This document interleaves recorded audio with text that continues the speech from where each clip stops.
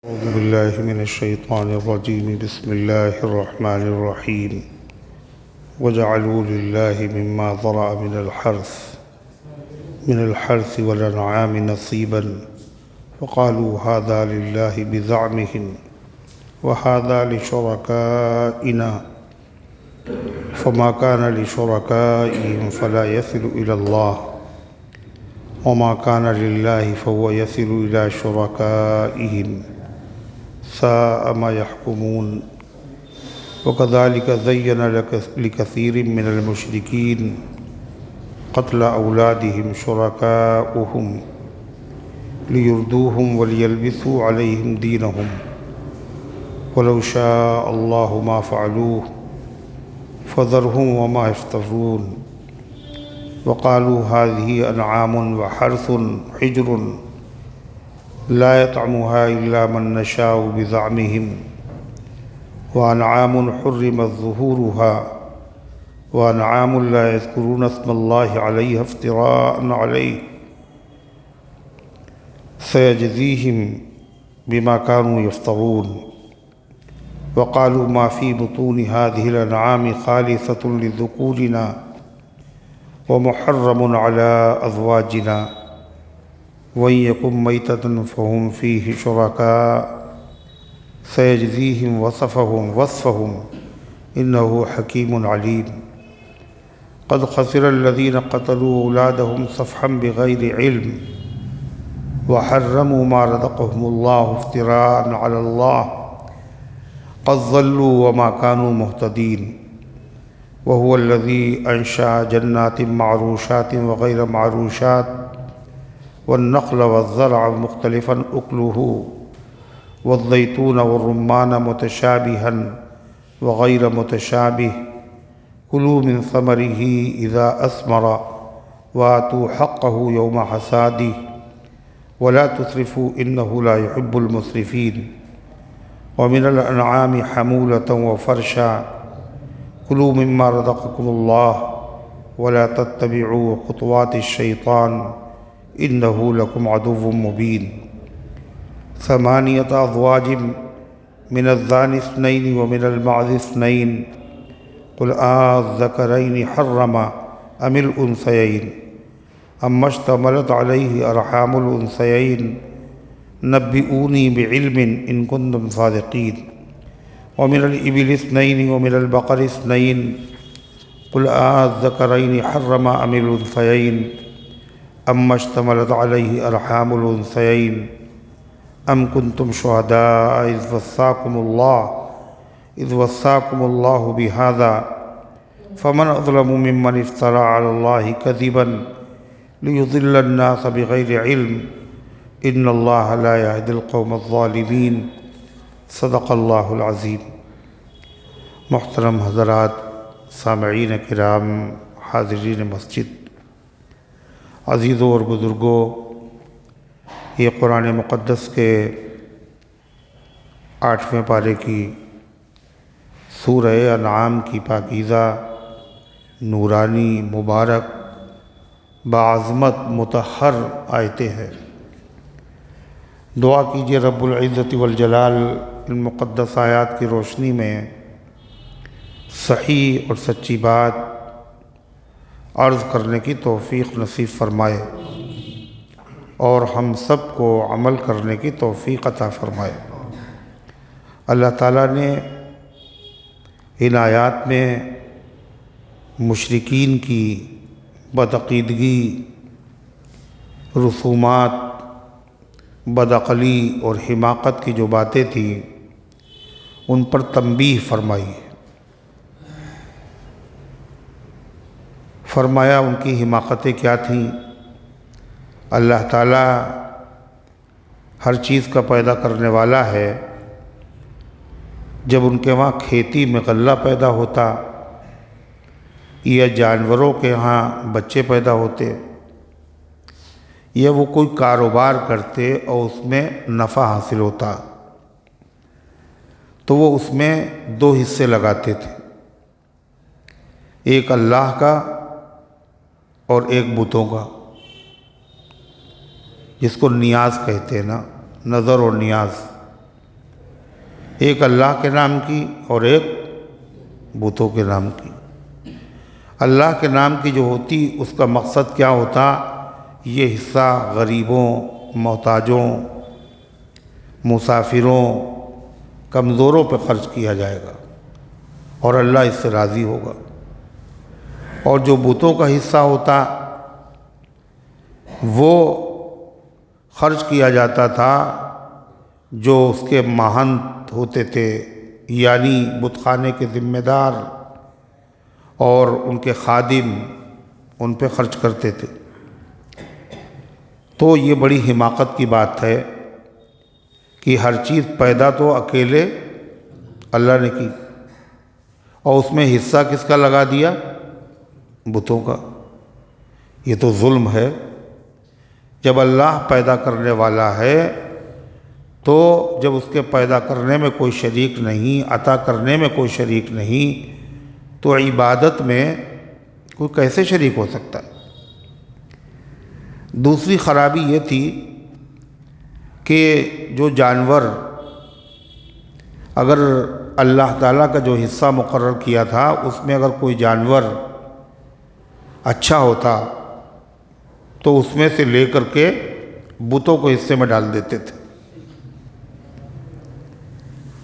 اور اگر بتوں کے حصے میں کوئی اچھی چیز ہوتی تو وہ اللہ کے حصے میں نہیں آ سکتی تھی۔ جو حصے لگاتے تھے، اگر حصہ اللہ کے حصے کی کوئی چیز، یعنی اللہ کے نام پہ نکالی ہوئی کوئی چیز اللہ کی رضا کے لیے، اگر اس کا کچھ حصہ اگر مل جاتا بتوں کے حصے میں تو کھٹ سے اس میں سے نکال لیتے تھے۔ اگر بتوں کے حصے میں مل جاتا تو پھر اس کو نہیں نکالتے تھے، اور اگر بتوں کے حصے کی کوئی چیز اللہ کے حصے میں مل جاتی تو نکال لیتے تھے۔ تو ایک تو غیر اللہ کو شریک کرنا، یہ جرم، اللہ کی پیدا کی ہوئی چیزوں کو۔ پھر اس کے بعد اچھی چیزیں بتوں کے نام اور خراب چیزیں اللہ کے نام۔ اور تیسری چیز کہ جو چیز اللہ کے حصے میں آ جاتی غلطی سے اتفاقاً تو اس کو بتوں کے حصے میں شامل کر دیتے، اور بتوں کے حصے کی چیز اگر اللہ کے حصے میں آتی تو اس کو نہیں نکالتے تھے۔ اللہ کے حصے میں آ گئی تو نکال لیا، اور بتوں کے حصے میں اللہ کا حصہ مل گیا تو نہیں نکالتے تھے۔ کہتے تھے اصل میں اللہ تعالیٰ کو تو ضرورت ہے نہیں، اللہ تعالیٰ تو محتاج نہیں ہے، ان بیچاروں کو ضرورت ہے۔ اور یہ باتیں کہتے تھے اور بے حیا شرماتے بھی نہیں تھے کہ جب ان کو محتاج ہیں، یہ ان کو ضرورت ہے، تو پھر یہ خدا کیسے ہیں؟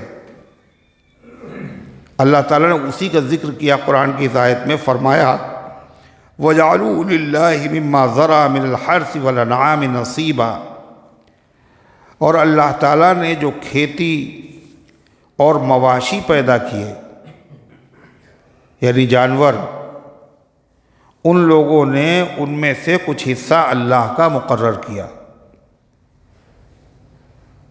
فَقَالُوا هَذَا لِلَّهِ بِزَعْمِهِمْ، اور وہ کہتے ہیں اپنے خیال کے اعتبار سے یہ اللہ کا حصہ ہے، اور ایک حصہ انہوں نے مقرر کیا تو کیا کہتے ہیں وَهَذَا لِشُرَكَائِنَا، اور یہ حصہ ہمارے معبودوں کا ہے۔ فَمَا كَانَ لِشُرَكَائِهِمْ، پھر جو چیز ان کے معبودوں کی ہوتی، فَلَا يَصِلُ إِلَى اللَّهِ، تو وہ اللہ کی طرف نہیں پہنچ سکتی تھی۔ مجال ہے تھوڑا سا حصہ بتوں تک، وہ یعنی اللہ بتوں کا حصہ اللہ تک پہنچ جائے، یہ نہیں ہو سکتا تھا۔ فرمایا فما کان لشرکائہم، پھر جو چیز ان کے معبودوں کی ہوتی تھی، فلا یصل الی اللہ، تو وہ اللہ کی طرف نہیں پہنچتی۔ وما کان للہ، اور جو چیز اللہ کی ہوتی تھی، فهو یصل الی شرکائہم، وہ ان کے معبودوں کی طرف پہنچ جاتی تھی۔ ساء ما یحکمون، بدترین انہوں نے تجویز نکالی، بڑی ظالمانہ انہوں نے تقسیم کی۔ یہ سراسر ظلم ہی ہے، حماقت بھی ہے، ظلم بھی ہے، کہ پیدا ہوئی کی چیزیں سب اللہ کی، اس میں دوسروں کا حصہ نکالنے والے لگانے والے آپ ہوتے کون ہیں؟ عبادت میں کوئی شریک نہیں ہے، اس کے حصے میں بھی کوئی شریک نہیں۔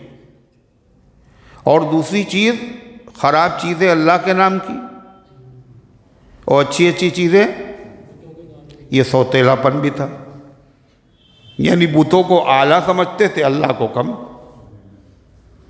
اور یہ تھوڑا سا، یہ بات تھوڑی سی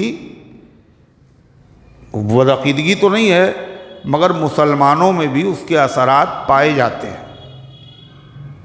کیا؟ جب کوئی چیز مطلب کی نہیں رہتی یا فیشن اس کا نکل جاتا تو کیا کہتے ہیں؟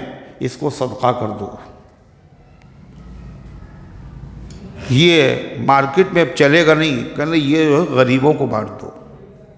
اور جب تک چل رہی ہے وہ، جب تک صدقے کا خیال نہیں آیا، اب یہ نکمی ہو گئی، اب یہ کارآمد نہیں رہی، اب یہ کوئی خریدے گا نہیں، تو اب کیا کر دو؟ اب اللہ کے نام کر دو۔ اب یہ کھانا جو ہے یہ بچ گیا، یہ سڑے گا، لہذا یہ تقسیم کر دو۔ اگر یہ اچھا ہوتا تو پھر ابھی بھی تقسیم نہ کرتا۔ کل یہ کھانا دوسرے وقت کا ہوگا، اب گھر پہ تو دوسرے ٹائم کا کھایا نہیں جاتا ہے، تازہ ہی کھایا جاتا ہے، لہذا یہ حافظ جی کا ٹفن آئے گا، امام صاحب کا، اس میں دے دیا جائے۔ جب نہیں رہتی کوئی شے کام کی، اس کو کر دیتے ہیں اللہ نام کی۔ تو یہ ہے کیا؟ کس کا طریقہ؟ مشرکین کا تھا، اس کے اثرات ہمارے اندر بھی پائے جاتے ہیں۔ بھئی اللہ تعالیٰ کا حق سب کچھ تو اسی کا دیا ہوا، اسی کو خوش کرنے کے لیے خرچ کرنا ہے، اللہ کو تو ضرورت نہیں ہے، تو اعلیٰ سے اعلیٰ درجے کی چیز دی جائے۔ اللہ تعالیٰ نے فرمایا لن تنالوا البر حتی تنفقوا مما تحبون، تم کامل نیکی حاصل نہیں کر سکتے، پورا ثواب حاصل نہیں کر سکتے، یہاں تک کہ اللہ کے راستے میں ایسی چیز خرچ کرو جو تمہیں پسند ہے، یعنی اپنی پسندیدہ چیز، اپنی قیمتی چیز، اپنی اعلیٰ درجے کی چیز اللہ کی رضا کے لیے جب خرچ کرو گے تو تمہیں کمال نیکی و کمال ثواب حاصل ہوگا۔ صحابہ نے قرآن کی آیت سنی اور سنتے ہی سب نے غور کرنا شروع کیا، ہماری سب سے پسندیدہ چیز کیا ہے؟ جو پسندیدہ چیز ہو وہی اللہ کے راستے میں دے دیں۔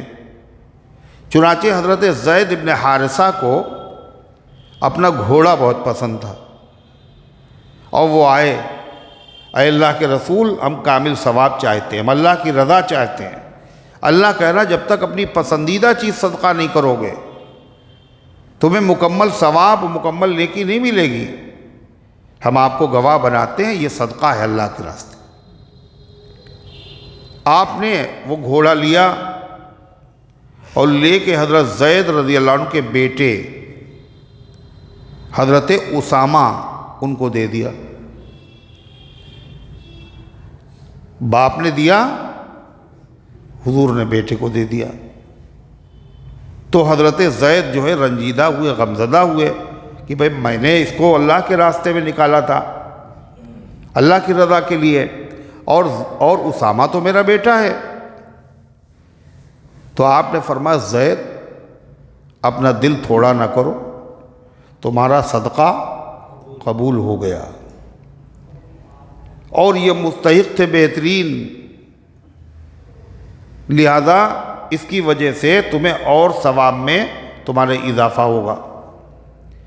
مگر یہ صدقہ تھا کون سا؟ کیوں بھائی؟ یہ صدقہ تھا کون سا؟ یہ زکوٰۃ نہیں تھی۔ یہ زکوٰۃ تو باپ اپنے بیٹے کو نہیں دے سکتا، اور بیٹا باپ کو نہیں دے سکتا، ورنہ لوگ سمجھے کہ یہ مسئلہ بڑا اچھا نکل آیا۔ کیسے کہ باپ کو دینا ہوا تو بیٹے کو دے دیا، اور بیٹے کو دینا ہوا تو باپ کو دے دیا۔ دولت گھر کی جو ہے وہ گھر ہی میں رہی، مصطفیٰ کے گھر کی دولت مصطفیٰ کے گھر میں ہے۔ یہ فرض کا مسئلہ نہیں ہے، یہ نفل صدقات کا مسئلہ ہے۔ نفل صدقات کے لیے آدمی کیا کہتا ہے؟ دیں کسے سمجھ میں نہیں آ رہا ہے، کوئی مستحق تو نظر آتا نہیں۔ اگر شامینہ شاہ چلے جائیے، وہاں بھی چرسی لوگ، شرابی لوگ بیٹھے ہوئے ہیں، انہی کو دیں، فقیر کوئی دکھتا ہی نہیں، دے کس کو؟ یہ لوگوں کی غلط فہمی ہے۔ ان کو دانا دینا ثواب نہیں ہے۔ اپنے قریبی رشتہ داروں کو دیکھو، ان میں ضرورت مند کون ہے، اور دوسروں کے بارے میں تو آپ کو پتہ چلانا مشکل ہے، مگر اپنے قریبی رشتہ داروں کے بارے میں اچھی طرح معلوم ہے۔ جب معلوم ہے تو یہ دوسری جگہ خرچ نہ کرو، بلکہ اپنے قریبی رشتہ داروں پر خرچ کرو۔ اس سے کیا ہوگا؟ اللہ بھی راضی ہوگا، رشتہ دار بھی ناراض ہو جائیں گے، جن کو دیا جائے گا ہے وہ بھی خوش ہو جائیں گے، اور ثواب بھی ڈبل ملے گا۔ یہ ڈبل کاہے کا ثواب ہے؟ آم اور گٹھلیوں کے دام، یعنی بیٹا باپ پہ خرچ کر رہا ہے، ویسے بھی خرچ کرتا، اس نے ثواب کی نیت کر لی، یہ صدقہ ہی ہے۔ آدمی اپنے بیوی بچوں کی جو ضرورت کے اوپر پیسے خرچ کرتا ہے، یہ سوچ کر کے کہ ان کا خرچ اللہ نے میرے ذمے رکھا ہے، اس لیے میں ان کی ضرورتوں کو پورا کر رہا ہوں، اس پر بھی ثواب ہے، یہ بھی صدقہ ہے،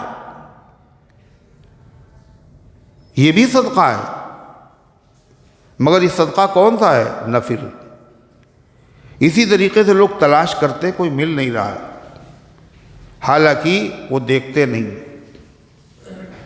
سب سے زیادہ مستحق ان نفلی عطیات، کسی کی مدد کر دی جائے، کسی کی بھی مدد کر دی جائے، کسی کو کچھ ہدیہ دے دیا جائے، تحفہ دے دیا جائے، اس کا سب سے زیادہ مستحق کون ہے؟ اس کا سب سے زیادہ مستحق کون ہے؟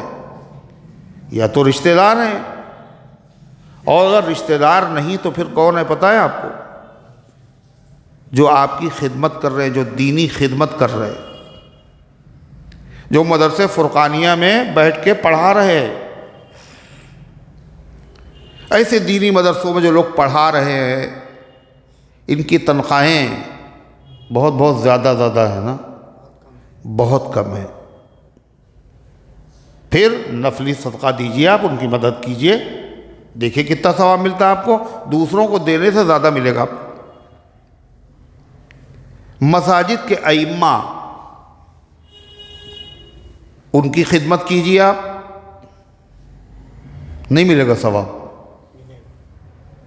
بہت زیادہ ملے گا ثواب۔ کل امام صاحب کو تو تنخواہ بہت اچھی خاصی ہے، 10,000 ملتے ہیں، کہا وہ کمیٹی دیتی ہے، وہ جانے، امام صاحب جانے، آپ بھی تو پیچھے نماز پڑھتے ہیں، کچھ آپ کا بھی تو حق بنتا ہے۔ دوسرے مؤذن اذان کہہ رہا بیچارہ، اور مؤذن کی بڑی قربانی، اس لیے کہ وقت پہ روزہ کھل نہیں سکتا اگر مؤذن اذان نہ کہے، ہے یا نہیں؟ سردی ہو یا گرمی ہو، جاڑا ہو یا برسات ہو، اس کو تو اذان کہنا ہی ہے، اور وقت پر کہنا ہے۔ اگر وقت سے پہلے کوئی مؤذن اذان کہہ دے تو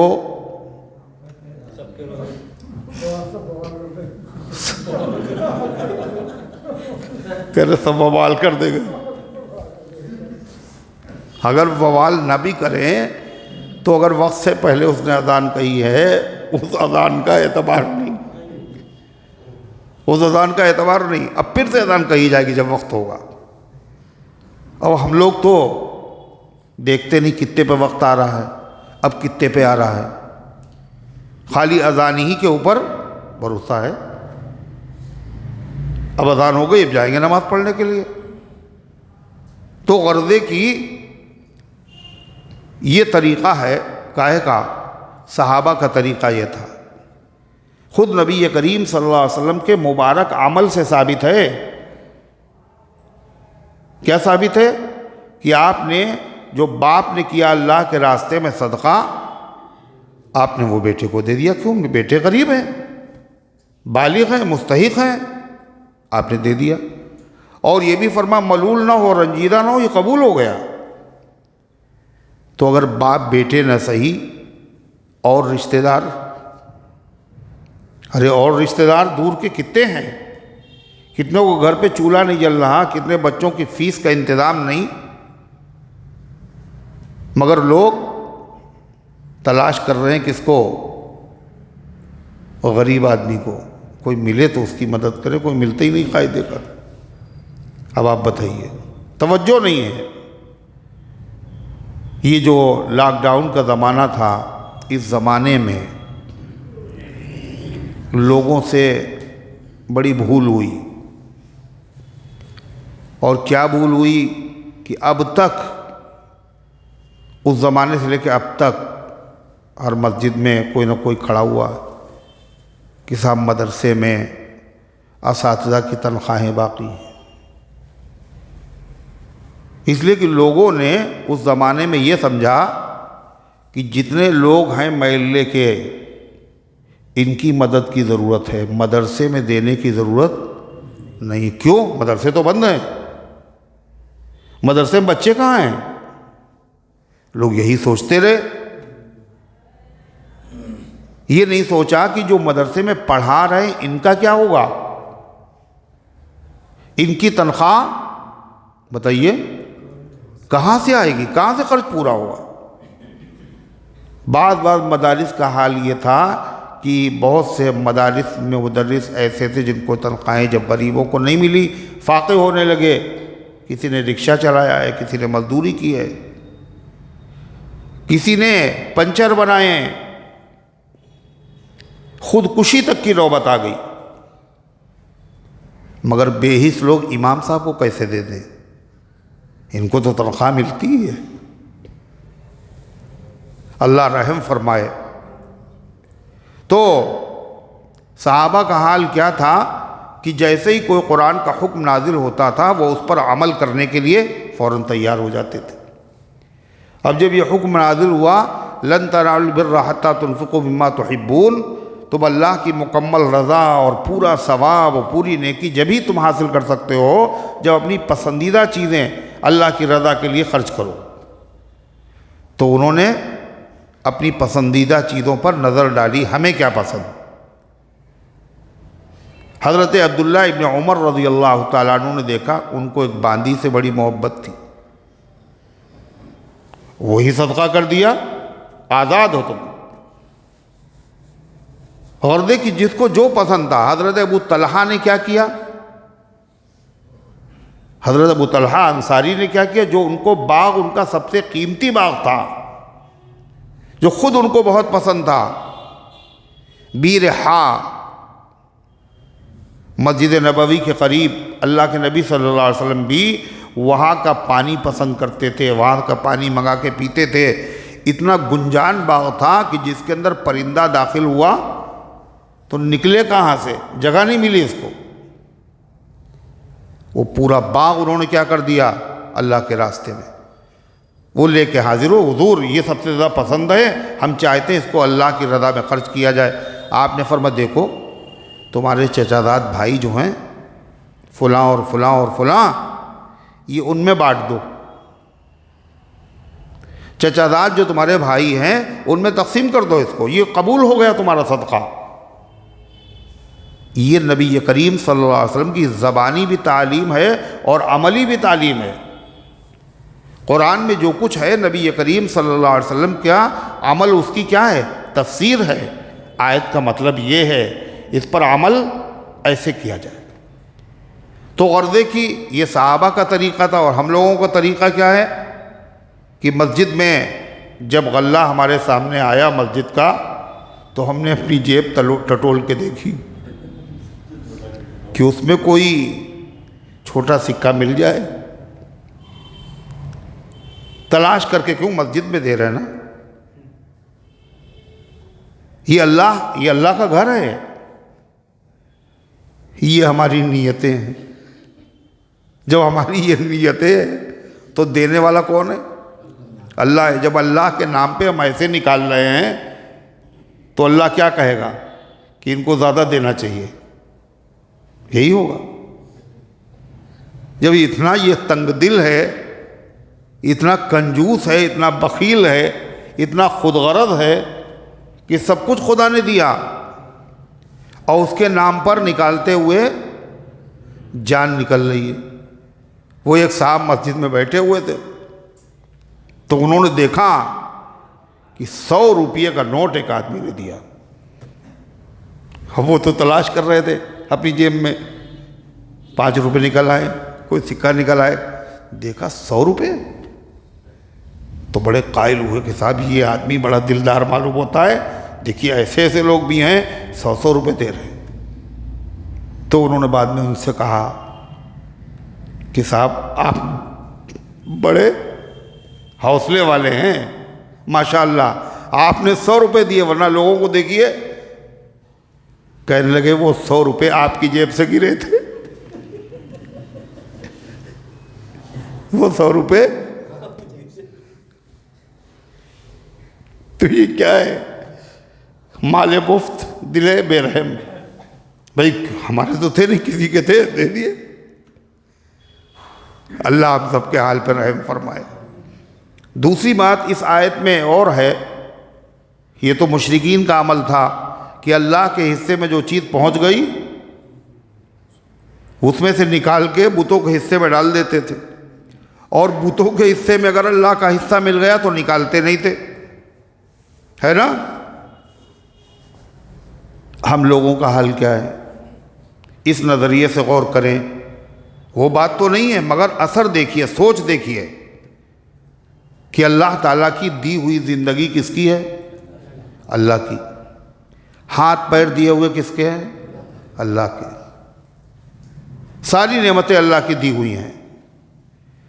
اس زندگی کے لمحات اور عمر کے قیمتی اوقات جس مالک نے دیے تھے، ہمیں اس کی رضا کے لیے ان کو زیادہ استعمال کرنا چاہیے تھا. ارے ہے یہ نہیں؟ اگر پوری زندگی ہم عبادت میں اگر خرچ کر دیتے جب بھی حق ادا نہ ہوتا. جان دی کہ دی ہوئی اسی کی تھی. حق تو یہ ہے کہ حق ادا نہ ہوا. اگر ہم نے جان دے بھی دی، اگرچہ سب سے بڑی چیز قیمتی نعمت ہے کیا؟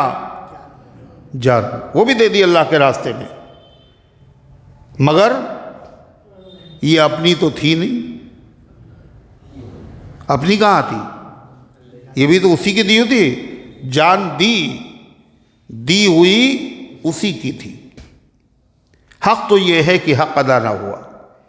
اگر زندگی کے سارے لمحات ہم عبادت میں خرچ کر دیتے جب بھی حق ادا نہیں ہوتا. لیکن ہم نے بھی اپنی زندگی کے لمحات کو، اوقات کو ہم نے بھی بانٹ رکھا ہے. نہیں بانٹ رکھا ہے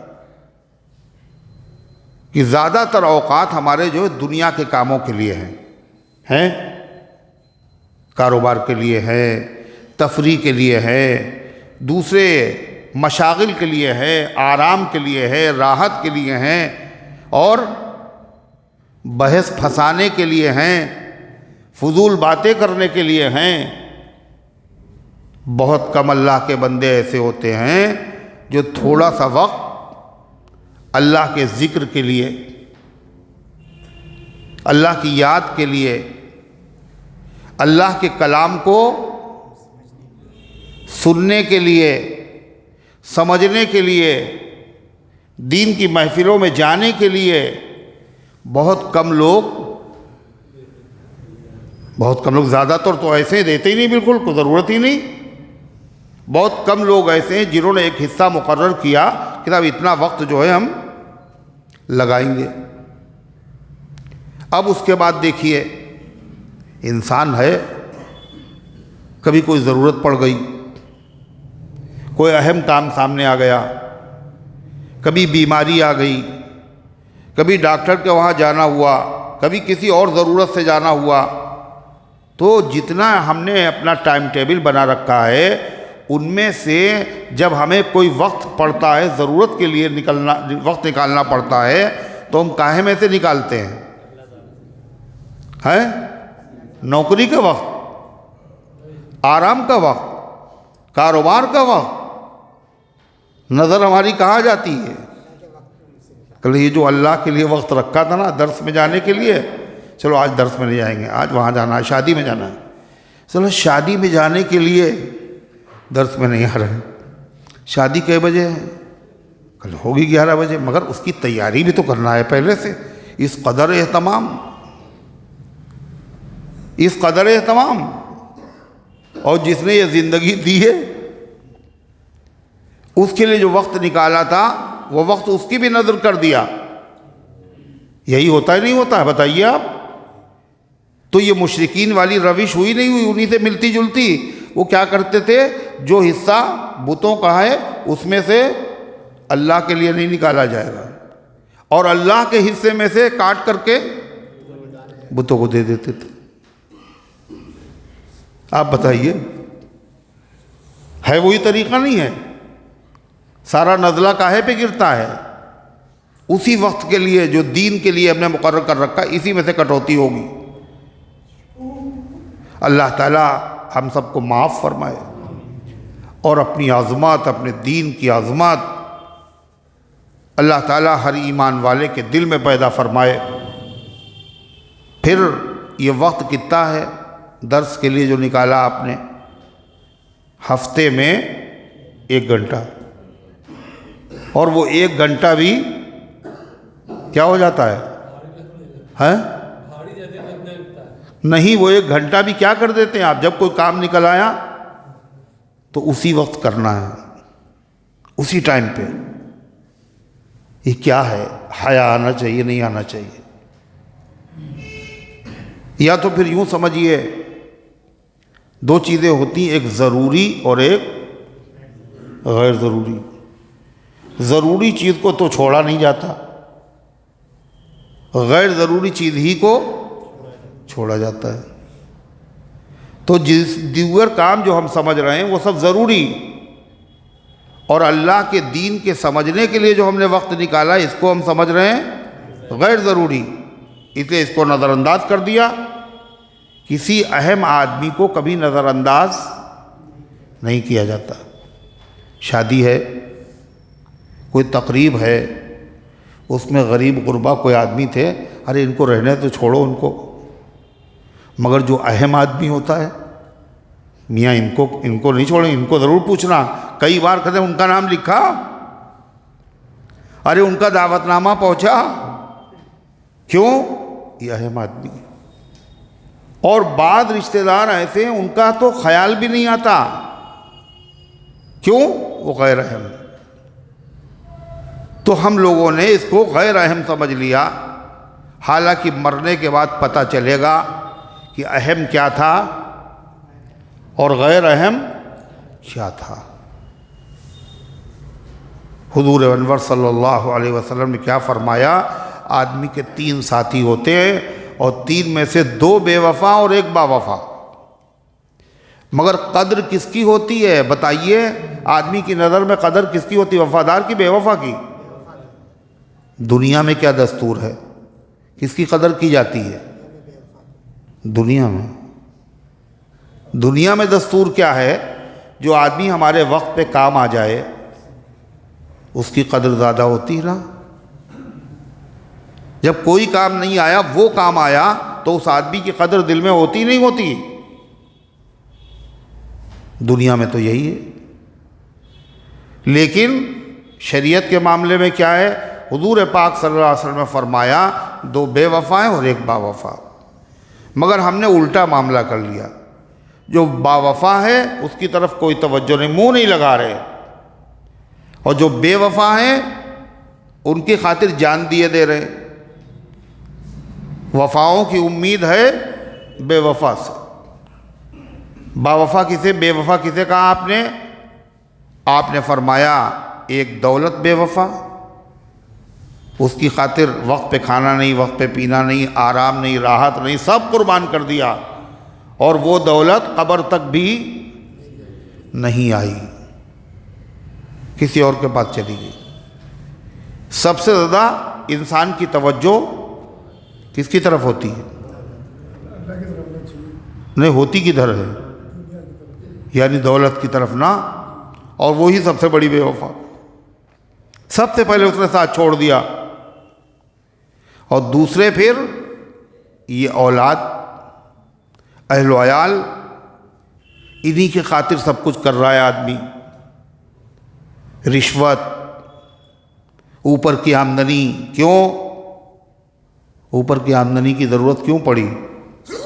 اس لیے بیگم صاحبہ کا تقاضا ہے، کیا تقاضا ہے؟ کہ مجھے نیا جوڑا چاہیے، ولیمے میں بھی وہی، نکاح میں بھی وہی، آپ بتائیے منگنی میں وہی، ایک ہی جوڑا پہن کے جائیں کیا؟ اب اتنی تو اوقات میری نہیں ہے، کہا پھر ناک کٹوا لیجئے اپنی، قرض کوئی دیتا نہیں، کوئی راستہ اختیار کیا۔ قیامت کے دن آدمی آئے گا اور بعض مرتبہ لوگ کہیں گے یہ تو بڑا نیک آدمی تھا، مگر اس کی نیکیاں اس کے گھر والوں نے، متعلقین نے، بیوی بچوں نے کھا لی، بڑا اچھا آدمی تھا، یہ وہی آدمی ہے۔ تو اللہ تبارک و تعالی ہمیں صحیح سمجھ عطا فرمائے۔ تو کیا عرض کیا اللہ تعالی نے؟ کیا فرمایا؟ وَكَذَلِكَ زَيَّنَ لِكَثِيرٍ مِّنَ الْمُشْرِكِينَ، مشرکین کی حماقت، ان کی رسمیں، ان کا غلط طریقہ اوپر بیان کیا گیا۔ دوسری بات، مشرکین کی ایک اور حماقت، احمق آدمی وہ ہے جو اپنا نقصان کرے، دنیا بھی برباد کرے اور دین بھی برباد کرے۔ کیا کرتے تھے وہ لوگ؟ اپنے بچوں کو، اپنی بچیوں کو اپنے ہاتھوں سے زندہ زمین میں دفناتے تھے، نہیں دفناتے تھے؟ تو جو آدمی زندہ کسی کو دفنا دے باپ، اس کے بارے میں دنیا کیا کہے گی؟ بڑا رحم دل آدمی ہے۔ کیا کہے گی؟ بڑا ظالم، بڑا سخت، بڑے بے حیا، بڑے بے غیرت تھے۔ جانور بھی اپنے بچوں کے ساتھ جو نہیں کرتا وہ کرتے تھے وہ، اور کریلا اور نیم چڑھا اپنے ہاتھوں سے بچیوں کو دفناتے تھے، اور دفنانے کے بعد پھر شرمندہ نہیں ہوتے تھے بلکہ اس پر فخر کرتے تھے، فخر کرتے تھے۔ وَمِنْ غَایَةِ الْمَجْدِ وَالْمُکْرَمَاتِ بَقَاءُ الْبَنِینَ وَمَوْتُ الْبَنَاتِ۔ زمانے جاہلیت کا ایک شاعر کہتا ہے ہماری عزت اور عظمت کی چیزوں میں سے کیا ہے پتہ ہے؟ لڑکوں کو باقی رکھنا اور لڑکیوں کو دفنا دینا۔ یہ ہماری شان ہے، ہمارا امتیاز ہے، ہمارے فخر کی چیز ہے، اس پہ فخر کرتے تھے۔ اب ظاہر ہے اپنے بیٹے جب بیٹیاں جب دفنا دی، کیوں دفناتے تھے؟ کسی کو اپنا داماد بنانا پڑے گا اور یہ گوارا نہیں، یا پھر آمدنی اتنی کم ہے، خود کھانے کے لالے ہیں، ان کو کہاں سے کھلائیں گے؟ یہی علتیں تھیں، تو اور اوپر سے فخر کرتے تھے۔ اللہ فرماتا اس راستے پر ان کو لگایا کس نے تھا؟ جس راستے پر نقصان تھا ان کا، دنیا کا بھی نقصان تھا اور آخرت کا بھی نقصان تھا۔ وَإِذَا الْمَوْءُودَةُ سُئِلَتْ بِأَيِّ ذَنبٍ قُتِلَتْ، جب زندہ دفنائی ہوئی لڑکی سے پوچھا جائے گا کس جرم کی بنیاد پر تجھے قتل کیا گیا تھا، یہ نہیں کہا قرآن نے، زندہ دفنانے والے سے پوچھا جائے گا، یہ نہیں کہا، حالانکہ پوچھ کس سے ہونا چاہیے؟ دفنانے والے۔ وَإِذَا الْمَوْءُودَةُ سُئِلَتْ، موعودہ زندہ دفنائی ہوئی درگور کی ہوئی بچی سے پوچھا جائے گا کیا جرم تھا تیرا، کیوں مارا گیا؟ ایسا اس لیے ہوگا تاکہ اس بے حیا بے غیرت باپ کے اوپر اور زیادہ اثر پڑے، کس قدر مظلوم ہے یہ بچی، اس کی مظلومیت میدان محشر میں بالکل عیاں ہو جائے سب کے سامنے، اور باپ کا ظالم ہونا سب کے سامنے آ جائے اور وہاں کی شرمندگی، اس سے بڑی شرمندگی کچھ نہیں ہو سکتی۔ ایک حیادار آدمی کے لیے کیا ہے؟ ایک حیادار آدمی کے لیے بھرے مجمع میں اگر اس کی بے عزتی ہو جائے، اس سے بڑی کوئی سزا نہیں ہے، بشرطے کہ وہ کیا ہو؟ حیادار ہو۔ کہتے نہیں چلو بھر پانی میں ڈوب مرو، تو حقیقت یہ ہے چلو بھر پانی میں ڈوب مرنے کا مطلب کیا ہے؟ چلو بھر پانی میں کوئی آدمی ڈوبے گا بھلا؟ مطلب یہ چھوٹی سی بات ہے، مگر جب انسلٹ ہو گئی تو پھر کیا ہے؟ اگر آدمی کے اندر شرم اور حیا ہے تو کیا ہوگا؟ وہ تو گڑ جائے گا اتے میں قتل ہو جائے گا۔ وہ کہے گا مر جاتے تو اچھا تھا، کم سے کم بدنام تو نہ ہوتے۔ ڈوبنے والے میں بس تھوڑی سی غیرت چاہیے، ڈوبنے والے میں بس تھوڑی سی غیرت چاہیے، قطرہ کافی ہے، سمندر سامنے ہو یا نہ ہو۔ غیرت مند آدمی کے لیے چھوٹی سی بات بڑی ہوتی ہے، اور بے حیا کے لیے کچھ بھی ہو جائے۔ فرما اذا فاتک الحیا ففعل ما شئت، جب حیا تمہارے اندر نہیں رہی تو میاں تم جو چاہے وہ کر سکتے ہو۔ حیا اور شرم ہی آدمی کو بہت ساری چیزوں سے روک دیتی ہے۔ حدیث میں والحیاء شعبۃ من الایمان، حیا ایمان کا بڑا عظیم الشان شعبہ ہے۔ کہتے ہیں بے حیا باش ہر چہ خواہی کن، بے حیا بن جاؤ پھر جو جی چاہے کرو، کوئی مسئلہ نہیں، کیا کہے گا کوئی فرق نہیں پڑتا۔ اللہ تعالیٰ فرماتا ہے تو مشرکین کی ایک تو غلطی وہ تھی جو اوپر بیان کی گئی، دوسری غلطی کیا تھی؟ وہ اپنی بچیوں کو زندہ دفناتے تھے، دنیا کا بھی نقصان کرتے تھے، آخرت کو بھی برباد کرتے تھے، اور یہ سب کس کے کہنے سے ہو رہا تھا؟ ظاہر یہ کون کروائے گا؟ یہ آدمی ہر طریقے سے برباد ہو جائے، یہ کون چاہے گا؟ جو سب سے زیادہ چاہنے والا ہوگا وہی چاہے گا، ہے نا؟ سب سے بڑا دشمن، اور سب سے بڑا دشمن کون ہے؟ شیطان ہے۔ کیا کرتا تھا وہ؟ یعنی وہ کہتا تھا کہ یہ سب جو ہے اللہ کا حکم ہے، اگر ایسا کرو گے تو کیا ہوگا؟ اللہ کی نظر میں بھی تمہارا درجہ بڑا ہو جائے گا، یہ عبادت ہے، یہ ثواب ہے۔ بعض تو منت مانتے تھے اگر میرا یہ کام ہو گیا، اے اللہ اب کی جو میرا بیٹا پیدا ہوگا تیرے راستے میں ذبح کر دیں گے۔ وہ کیا سمجھتے تھے؟ جیسے ابراہیم علیہ السلام نے اپنے بیٹے کو قربان کیا، یہ عبادت تھا، ایسے ہی ہم بھی اپنے بچے کی بلی چڑھا دیں گے تو یہ اللہ کے وہاں عبادت ہو۔ حضرت عبداللہ، حضرت عبد المطلب، حضور پاک صلی اللہ علیہ وسلم کے جو دادا ہیں، انہوں نے بھی منت مانی تھی کہ ہم اپنے بیٹے کو ذبح کر دیں گے، 10 بیٹے اگر میرے ہوئے تو 10واں جو بیٹا تھا وہ کون تھا؟ حضرت عبداللہ تھے، حضور پاک صلی اللہ علیہ وسلم کے والد، اور منت پوری کرنا ہے ان کو، اس لیے کہ وعدے کے وہ بڑے دھنی تھے، مخلوق سے وعدہ ہو پھر تو اللہ سے وعدہ، تو انہوں نے ارادہ بھی کر لیا، لیکن بھائی بہن سب رونے لگے اور کہا ایسا نہ کیجیے۔ تو اس زمانے میں ایک کاہنہ عورت تھی، اس کے پاس جایا گیا تو اس نے کہا کہ ایسا کیجیے آپ پرچے ڈالیے، ایک طرف 10 اونٹ رکھیے، ایک طرف عبداللہ کو رکھیے۔ پھر پرچی ڈالی گئی، پھر عبداللہ کا نام نکلا، کہا 10 اونٹ اور بڑھا دیجئے، پھر پرچی ڈالیے 20 اونٹ اور عبداللہ، پھر پرچی عبداللہ کے نام، یہاں تک کرتے کرتے 100 اونٹ، ایک طرف 100 اونٹ اور ایک طرف عبداللہ، جس کی پرچی نکلے وہی ذبح کر دیا جائے۔ جب 100 اونٹ ہو گئے تو پرچی اونٹوں کے نام نکلی، عبداللہ کے نام نہیں نکلی۔ تو یہ سمجھ کیا سمجھ کے کر رہے تھے وہ؟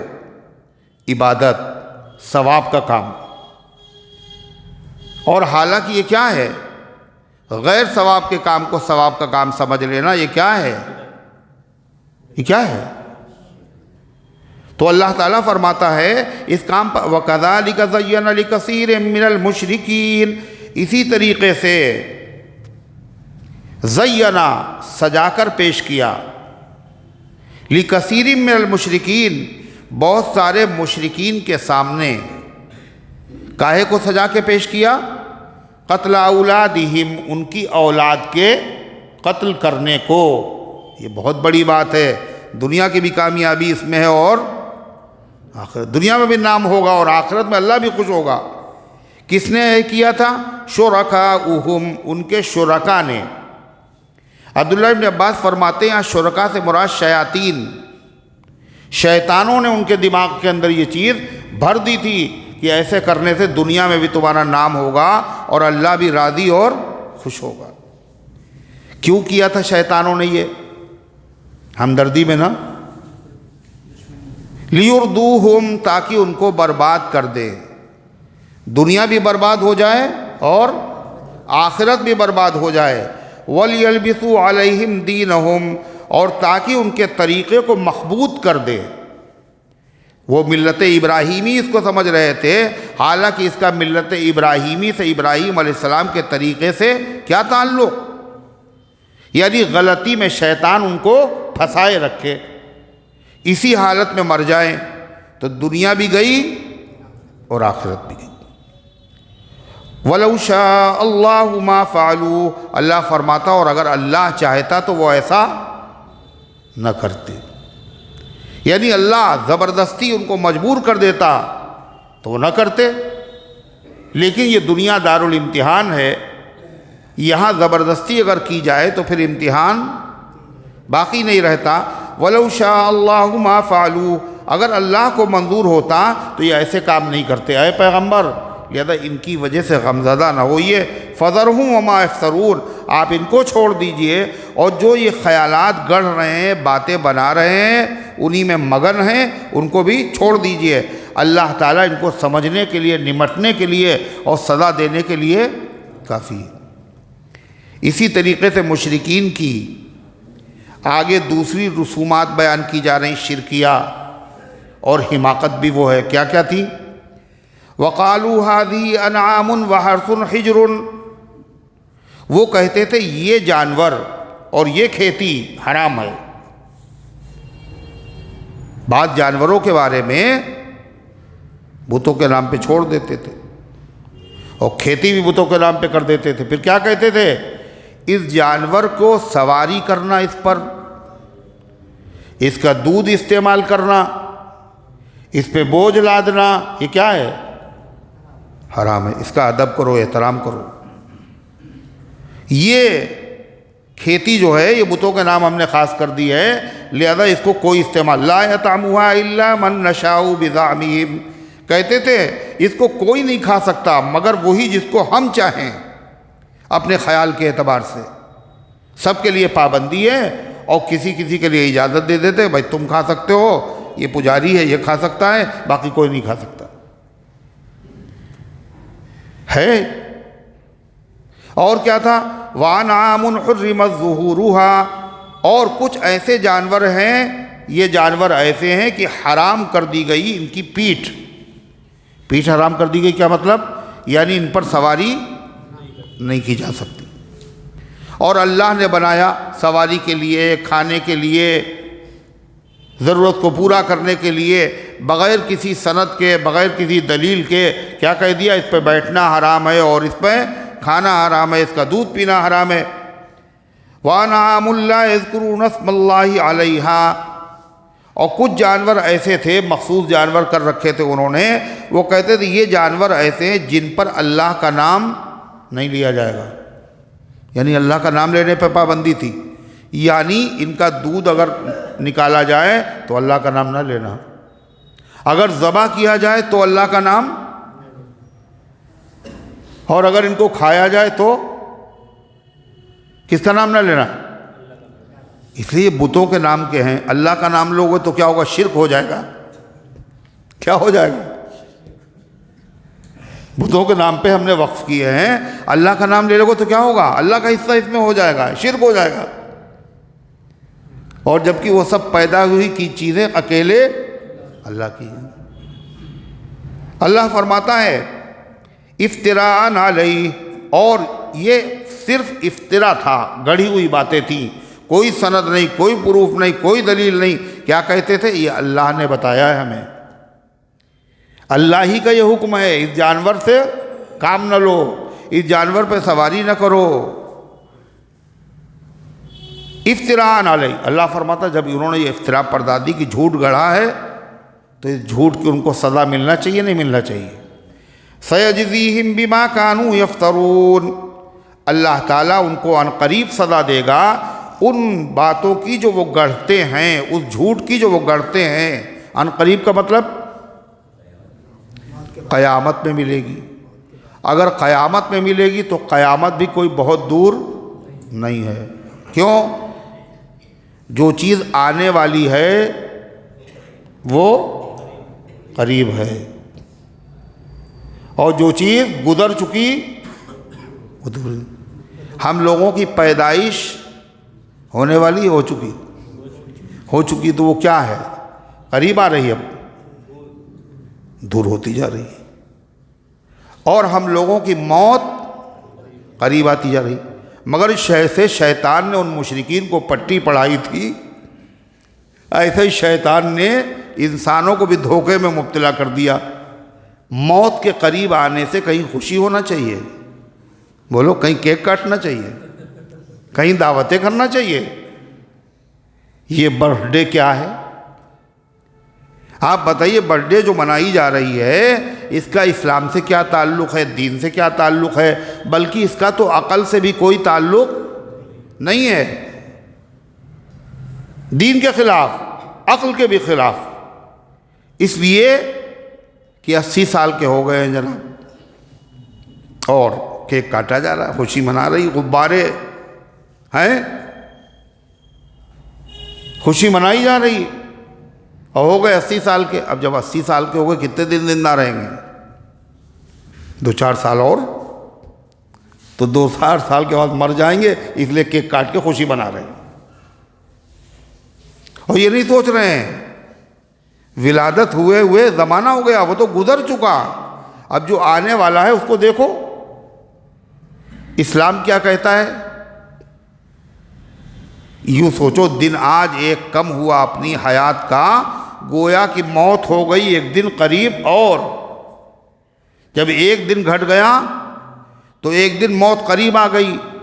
اور یہ جو برتھ ڈے منائی جاتی ہے 1 سال کے اوپر منائی جاتی ہے، تو 1 سال زندگی کا گھٹ گیا اور موت کے ہم قریب ہو گئے۔ یہ خوشی کاہے کی ہے؟ موت کے قریب ہونے کی۔ اور صاحب یہ کام کر رہا کون؟ یہ بتائیے، یہ جو برتھ ڈے لوگ منا رہے ہیں، یہ کون لوگ منا رہے ہیں؟ مطلب یہ جتنے لوگ ہیں یہ بالکل غیر پڑھے لکھے ہیں اور جاہل ہیں، بالکل ایک دم سے ہیں، ایسے لوگ ہیں نا، ایسے لوگ، یہ سب پڑھے لکھے، بہت پڑھے لکھے، بڑے تعلیم یافتہ، اور ایسی سوسائٹی کے لوگ ہیں جس کو بہت اعلیٰ سمجھا جاتا، ان کے وہاں یہ ہوتا ہے، اور جن کے وہاں نہیں ہوتا ان کو وہ گرا ہوا سمجھ رہے ہیں۔ آپ بتائیے، ہو رہا نہیں ہو رہا ہے؟ تو یہ کس نے پٹی پڑھائی ان کو؟ جس نے ان کو پڑھائی تھی اس نے ان کو پڑھائی، مگر احساس نہیں ہے۔ خلاف سنت تو کام ہے، سمجھتے ہی نہیں کچھ۔ خلاف سنت ہونا معمولی چیز ہے، قرآن و حدیث میں اس کا کوئی ذکر نہیں ہے۔ صحابہ سے پوچھئے، وہ ایک صاحب آئے حضرت عثمان ابن ابی العاص رضی اللہ عنہ کے پاس، اور کہنے حضرت دعوت ہے کل آپ کی۔ تو انہوں نے کہا بھائی کاہے کی دعوت؟ کہنے ختنے کی۔ ختنے کی؟ تو حضرت عثمان رضی اللہ عنہ نے فرمایا، میاں اللہ کے نبی کے زمانے میں ختنہ ہوتا تھا، کبھی دعوت نہ ہوئی۔ ابو بکر عمر کے زمانے میں ختنہ ہوتا تھا، دعوت نہ ہوئی۔ یہ کیسی دعوت ہے؟ میں نہیں جاتا ایسی دعوت میں۔ اور یہاں جو دعوت میں نہ آئے وہ نکٹا ہے، وہ نکٹا ہے، وہ آدمی ایسا ہے، اس قدر معاشرے میں فساد پھیل جاتا ہے، برائی اس قدر بڑھ جاتی ہے، جو برائی نہ کرے وہ برا سمجھا جاتا ہے، اور جو برائی میں شریک ہو جائے وہ اچھا سمجھا جاتا ہے، اور ایسا لگتا ہے جیسے تمام بے ناک والے لوگوں میں ایک ناک والا آ جائے، تو بے ناک والے لوگ کیا سمجھیں؟ اچھا سمجھیں گے، کہ یہ کہاں آ گیا اپنی برادری میں ایک نیا آدمی، یہ عالم۔ اور ان کے ناک کٹے ہونے پہ ان کو افسوس نہیں ہے، اس کے ناک والا ہونے کو وہ عیب سمجھ رہے ہیں،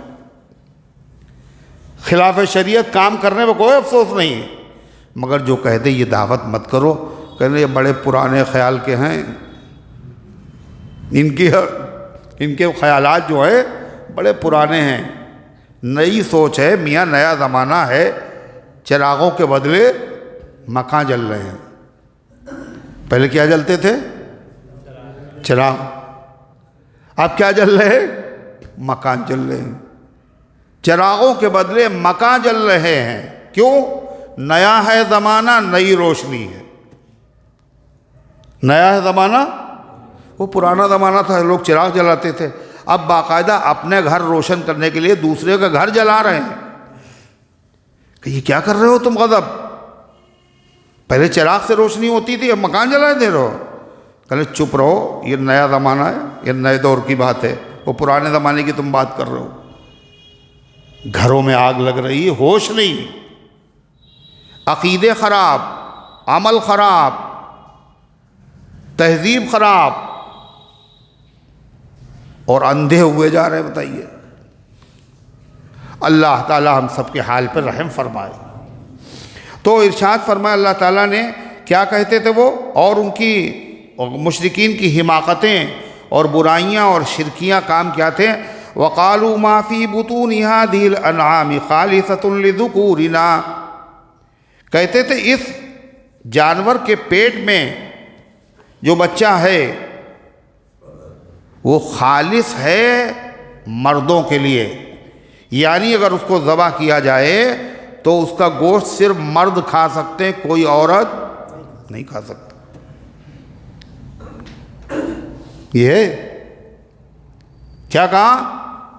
اگر ذبح کیا جائے عقیقے کا بکرا تو اس کی ران جو ہے وہ صرف دائی کو دی جا سکتی ہے، اور کسی کا اس میں کوئی حق۔ یہ تخصیصیں کہاں سے آئیں؟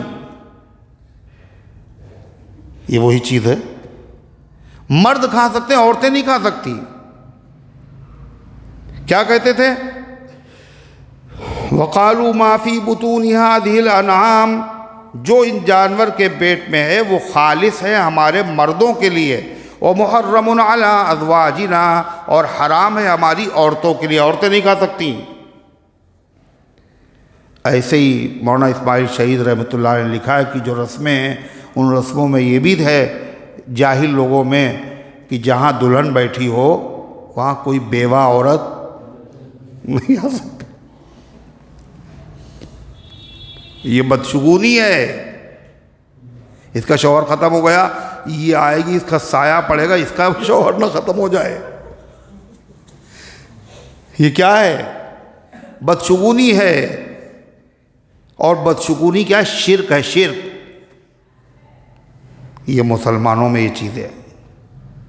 اسی طریقے سے اپنی طرف سے قیدیں و پابندیاں کہ صاحب وہ جو ہے بڑے پیر صاحب کی جو نظر ہوگی وہ بھینسے یہ بکرے کے گوشت پہ نہیں ہوگی، کائے پہ ہوگی؟ مرغے پہ ہوگی۔ اور شیخ صدو یعنی سید سالار مسعود غازی کے نام کا جب ایصال ثواب و فاتحہ کیا جائے گا تو وہ کاہے پہ ہوگا؟ وہ بکرے پہ ہوگا، وہ مرغے پہ نہیں ہو سکتا۔ جیسے لگتا ہے ان کے پاس بھی کوئی وحی آئی ہے، کوئی پرانی کتاب ان کے پاس بھی ہے جس میں سے ساری رسمیں نکل رہی ہیں۔ اور اگر کوئی درس قرآن سن کے چلا جائے وہ اپنی بیگم سے کہے یہ سب ٹھیک نہیں ہے، کہ لے دیکھیے آپ کو کچھ معلوم نہیں، آپ چپ چاپ بیٹھیے، جو ہو رہا ہے ہونے دیجیے۔ یہ کیا ہے؟ وہی نقالی، اسی کا پرتو، اسی کا عکس ہی تو ہے یہ رسمیں۔ کیا کہا؟ اسی طریقے سے بعض رسمیں ایسی اس میں یہ ہے کہ اس کو پکانے والی وہ عورتیں ہوں جو غیر شادی شدہ ہیں۔ ایسی بھی بعض چیزیں ہیں، بعض بزرگوں کے نظر و نیاز ایسی ہے جس میں وہی عورتیں اس کو پکائیں جو غیر شادی شدہ، کوئی شادی شدہ اس میں ہاتھ نہ لگائے۔ اس کو وہی لوگ کھا سکتے ہیں جو حقہ نہ پیتے ہوں۔ کس کا؟ شاہ عبد الحق رودولی والے کا، ان کا جو وہ ہوتا ہے عرس ہوتا ہے، اس میں جو نظر و نیاز ہوتی ہے کہ اس میں وہی لوگ اس کو خبیثہ کہتے ہیں، تو اس کو وہی لوگ کھائیں گے جو حقہ نہ پیتے ہوں۔ حقے والا نہیں پی سکتا اس کو۔ یہ ساری پابندیاں قیودات کہاں سے آئیں؟ جیسے مشرکین کیا کہتے تھے، وَيَكُمْ مَيْتَةً فَهُمْ فِيهِ شُرَكَاء، کہتے ہیں دیکھو اس جانور کے پیٹ سے جو بچہ نکلے اگر وہ زندہ نکلے تو وہ مرد کھا سکتے ہیں، عورتیں نہیں کھا سکتی، اور اگر مرا ہوا نکلے تو کہا کوئی مسئلہ نہیں، مرد بھی کھائیں اور عورتیں بھی کھائیں۔ وَيَكُمْ مَيْتَةً، اور اگر وہ مردہ ہو، فَهُمْ فِيهِ شُرَكَاء، تو سب اس کے اندر شریک ہیں۔ اس طریقے سے پابندی، اس کی نسبوں کی پابندی جیسے لگتا ہے خدائی حکم، اور کہتے بھی یہ تھے کہ یہ اللہ تعالیٰ نے بتایا ہے اور یہ دین ہے، یہ شریعت ہے، ایسا کرنے سے اللہ راضی ہوتا ہے، ایسا نہ کرنے سے اللہ ناراض ہوتا ہے۔ اللہ فرماتا سَيَجْزِيهِمْ وَصَفَهُمْ، اللہ ان قریب ان کو سزا دے گا ان کی ان تقریروں کی اور ان کی ان پابندیوں کی اور ان بڑھی ہوئی باتوں کی، ان قریب اللہ ان کو سزا دے گا۔ ان قریب کا مطلب قیامت میں، اور قیامت بھی دور نہیں ہے، مگر وہ ہے قیامت کبریٰ، بڑی قیامت ہے نا، اور چھوٹی قیامت تو اس سے نزدیک ہے۔ چھوٹی قیامت کیا ہے؟ ہر آدمی کی موت۔ من مات فقط قامت قیامت ہو، جو آدمی مر گیا اس کی قیامت قائم ہوئی۔ تو اس میں کیا شبہ ہے کتنے قریب ہے یہ؟ اللہ فرماتا انہ حکیم علیم، یہ سب اللہ کے نام پر باتیں گڑھی جا رہی ہیں اور شرک کیا جا رہا ہے، اور اللہ ان کو سزا ان قریب ان کو سزا ملے گی، ان قریب ملے گی، قیامت میں ملے گی، مرنے کے بعد میں ملے گی۔ ارے جلدی دے دو سزا، پاپ ختم ہو۔ تو کہا آپ خدا بننا چاہتے؟ اللہ تعالیٰ نے فرمایا یہ مطلب نہیں ہے ان کو سزا نہیں مل رہی، یہ حق مذہب حق ہے، یہ اللہ کو پتہ نہیں ہے، اتنا ظلم دنیا میں ہو رہا ہے، اللہ ظالموں کو سزا نہیں دے رہا۔ بتائیے ہم لوگوں کے ہاتھ میں ہوتا تو کیا کر دیتے ہم لوگ؟ کہ جبھی تو گنجے کو ناخن نہیں دیتا اللہ تعالیٰ۔ اللہ قادر ہے، اللہ غافل نہیں ہے، اللہ کے علم میں بھی ہے، مگر اللہ سزا تمہاری چاہت کے مطابق نہیں دے گا، جب مناسب وقت آئے گا جبھی دے گا۔ انہ حکیم علیم، اللہ حکمت والا بھی ہے اور علم والا بھی ہے، ان جرائم کا اسے علم ہے اور سزا بھی دے گا، لیکن کب دے گا؟ جب اس کی حکمت کا تقاضا ہوگا۔ قد خسر الذین قتلوا اولادہم سفہا بغیر علم، بڑے خسارے میں مبتلا ہو گئے، گھاٹے میں مبتلا ہو گئے وہ لوگ جنہوں نے اپنے ہاتھوں سے اپنی اولادوں کو قتل کیا۔ ارے ہوئے نہیں ہوئے؟ سفہاً نادانی سے، بغیر علم بغیر علم کے، وحرموا ما رزقهم اللہ افتراء علی اللہ، اور وہ بھی گھاٹے میں مبتلا ہو گئے جنہوں نے اللہ کی عطا کی ہوئی لذیذ اور مزیدار اور حلال چیزوں کو کیا کر لیا؟ اپنی طرف سے اپنے اوپر حرام کر لیا۔ یہ فلاں نہیں کھا سکتا، یہ فلاں نہیں کھا سکتا، یہ ہم نہیں کھا سکتے، اللہ نے حلال پیدا اس کو حرام کر لیا۔ وحرموا ما رزقهم اللہ، اور انہوں نے حلال کر لیا ان چیزوں کو جو اللہ نے ان کو عطا فرمائی تھی کھانے کے لیے، افتراء علی اللہ، حرام بھی کی اور اللہ پر جھوٹ بھی بولا۔ کیا کہا؟ اللہ کی مرضی یہی ہے، یہ ہم نہ کھائیں، اور اس جانور پہ سواری نہ کی جائے، اور اس کا زندہ بچہ مرد کھائیں عورتیں نہ کھائیں، اور مردہ سب کھائیں، کہ یہ سب اللہ نے کہا۔ اللہ تعالیٰ کیا فرماتا ہے؟ افتراء علی اللہ، یہ اللہ پر افتراء ہے۔ افتراء کہتے ہیں جھوٹ گڑھنا۔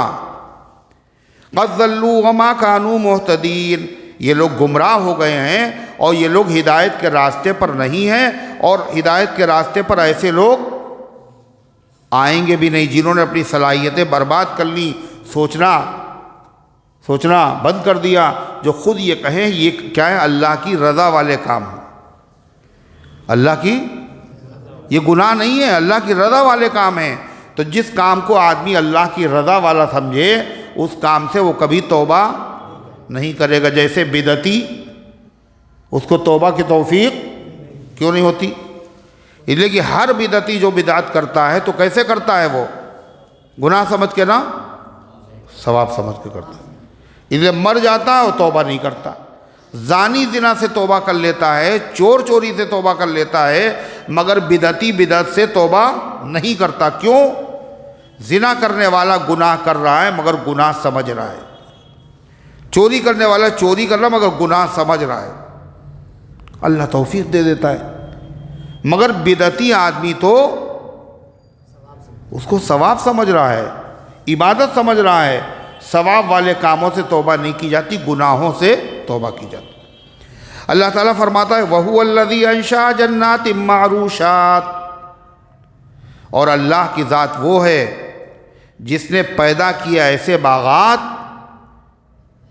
جو ٹٹیوں پر چڑھائے جاتے ہیں، وغیر معروشات، اور ایسے باغات جو ٹٹیوں پر چڑھائے نہیں جاتے۔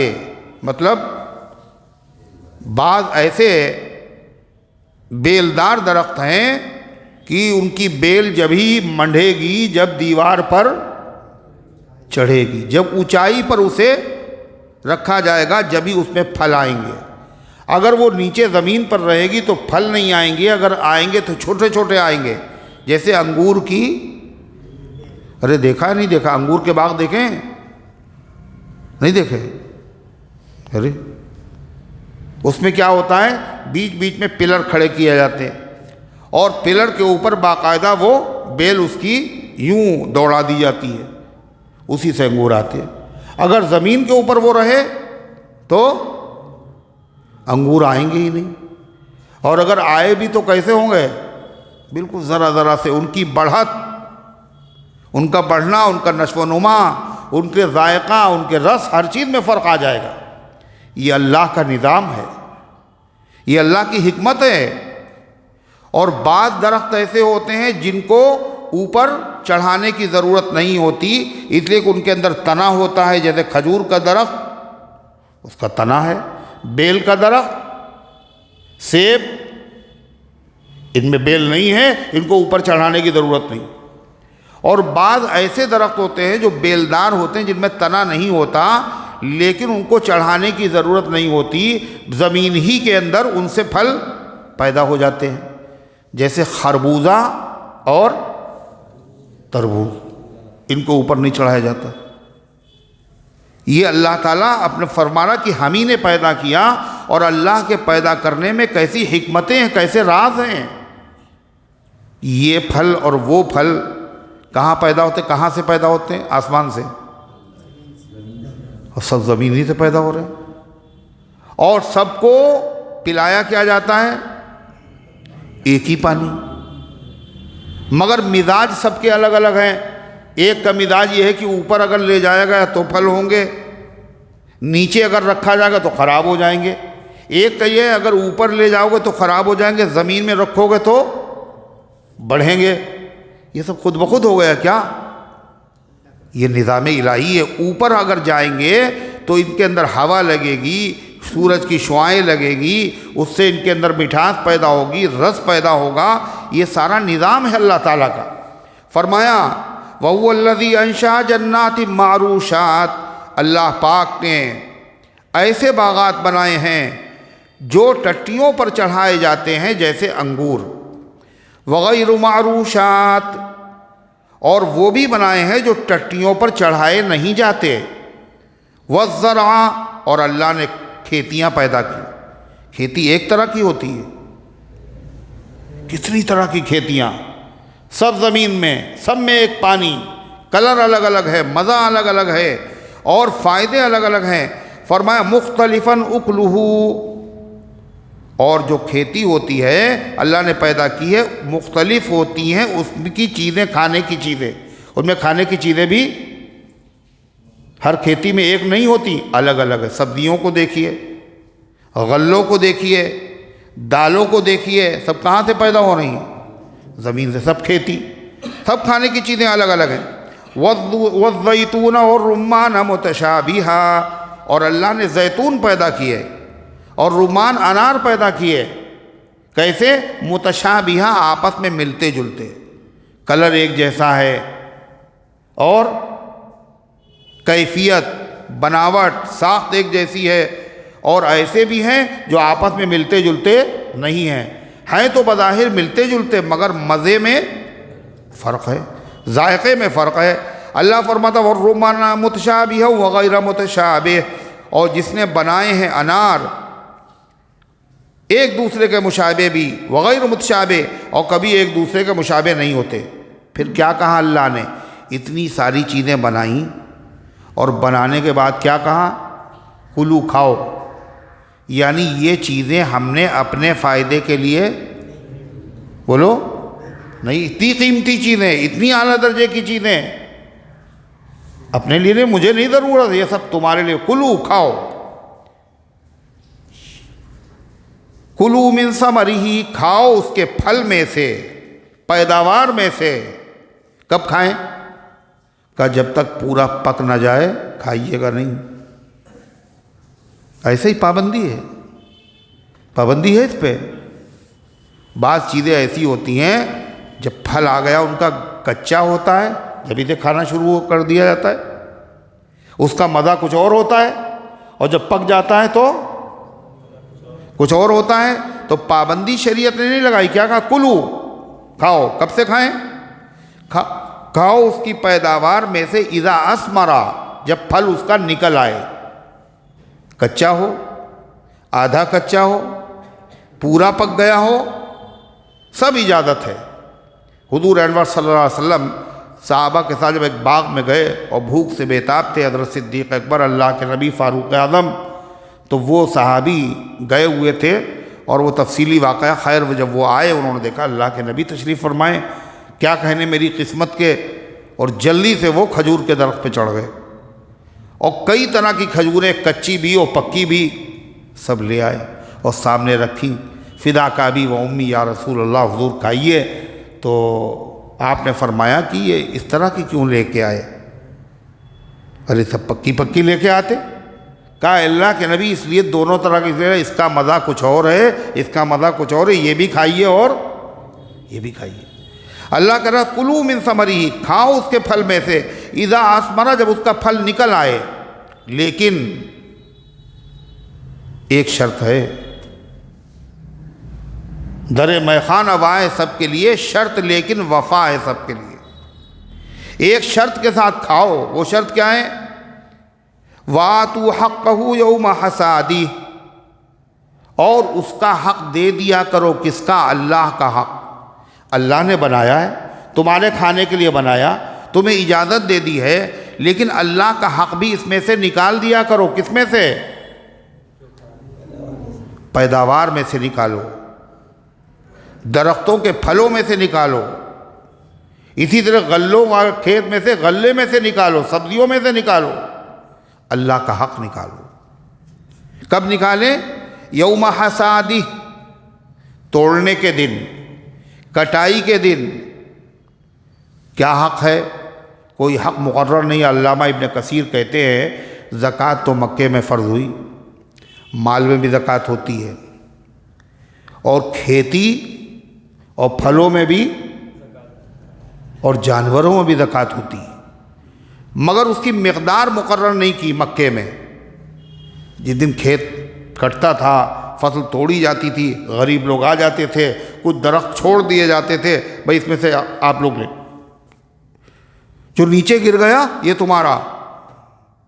الگ سے بھی دیا جاتا تھا، کوئی مقدار مقرر نہیں تھی۔ مدینہ طیبہ آنے کے بعد سن 2 ہجری میں زکوٰۃ کی مقدار مقرر ہوئی۔ اور اللہ کا کرم دیکھیے، بندوں کا فائدہ۔ اگر زکوٰۃ بھی دینے کے لیے کہا، اس میں بھی کس کا فائدہ؟ زکوٰۃ دینے والے کا بھی فائدہ، اور جس کو دی جا رہی وہ بھی تو بندے ہیں، ارے ہے نہیں، بندوں کا فائدہ۔ اور کیا نظام ہے، کیا انداز ہے۔ جب مقدار مقرر ہو گئی تو کتنی مقدار دی جائے زکوٰۃ کی؟ ابھی نہیں، جلدی کر دیا آپ نے۔